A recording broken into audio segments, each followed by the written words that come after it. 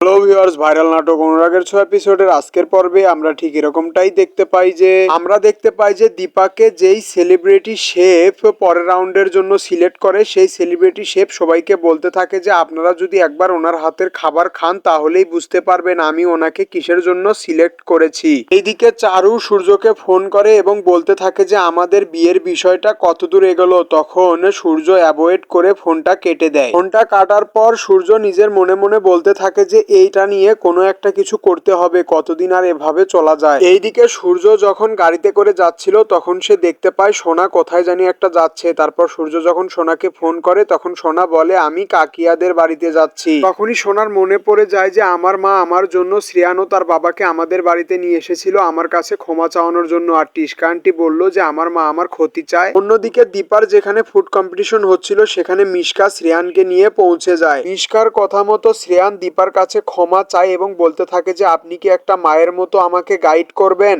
তখন দীপা শ্রেয়ানকে বলতে থাকে যে তুমি যদি তোমার নিজের মন থেকে অনুতপ্ত হও তাহলে আমি তোমাকে অবশ্যই গাইড করব। শ্রেয়ান সুযোগ বুঝে দীপাকে জড়িয়ে ধরে। ঠিক তখনই মিশকা একটা একটা করে ছবি সবগুলো তার ফোনে তুলে নেয় এবং নিজের মনে মনে বলতে থাকে যে দীপা তুমি জানো না আমি এই ছবিগুলো দিয়ে তোমার সাথে কি করব, you are finish. So viewers, এই ছিল আজকের ভাইরাল নাটক অনুরাগের 6 এপিসোডের মূল পর্ব। এই নাটকের নতুন নতুন পর্বগুলো পেতে চ্যানেলটিকে সাবস্ক্রাইব করে রাখবেন। ধন্যবাদ।